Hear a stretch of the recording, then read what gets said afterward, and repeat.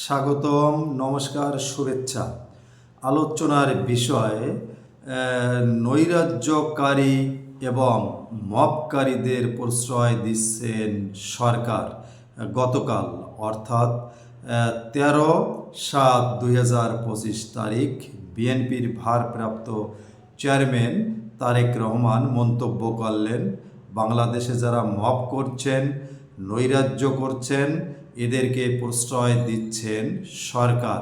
তিনি এই মন্তব্য করলেন। আমি আপনাদের মাঝে এ প্রসঙ্গে বিস্তারিত আলোচনা করব না। দেশের বর্তমান প্রেক্ষাপট অবস্থা ইতিমধ্যে আপনারা সকলেই অবগত আছেন। প্রিন্ট মিডিয়া, পেপার, পত্রিকা, ইউটিউব ইত্যাদি ইত্যাদি সামাজিক যোগাযোগ মাধ্যমে আপনারা ইতিমধ্যে বাংলাদেশের বর্তমান আইন শৃঙ্খলার পরিবেশ, ধর্ষণ, হত্যা, গুম, খুন, সব কিছু মামলা, সব কিছু সম্পর্কে আপনাদের ধারণা আছে।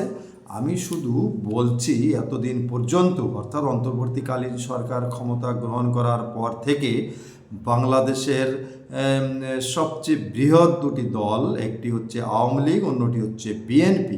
আওয়ামী লীগ এতদিন বলে আসছে অন্তর্বর্তীকালীন সরকারের সময় সবচেয়ে বেশি মব হয়েছে, অর্থাৎ মবের জনকই বলা যায় বর্তমান সরকারকে।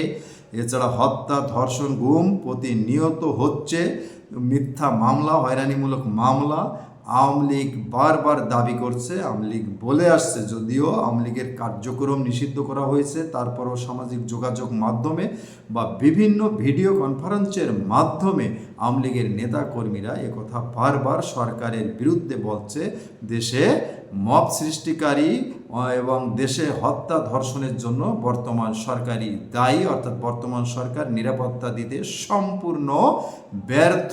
আজকে 10-11 মাস পরে আওয়ামী লীগের সুরে এক প্রকার সুর মিলিয়ে বিএনপির ভারপ্রাপ্ত চেয়ারম্যান তারেক রহমান বললেন গতকাল অর্থাৎ 13ই জুলাই যে বর্তমান মব যেভাবে দেশে বাড়ছে, হত্যা যেভাবে বাড়ছে, অন্যায় যেভাবে বাড়ছে বা হচ্ছে, এজন্য কি সরকার প্রশ্রয় দিচ্ছে মবকারীদের, অন্যায়কারীদের এবং দেশের বিশৃঙ্খলাকারীদের?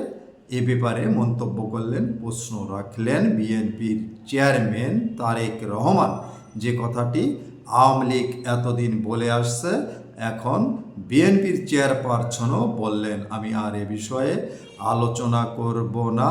আপনাদের কমেন্টসের অপেক্ষায়। সবাই ভালো থাকবেন। নমস্কার।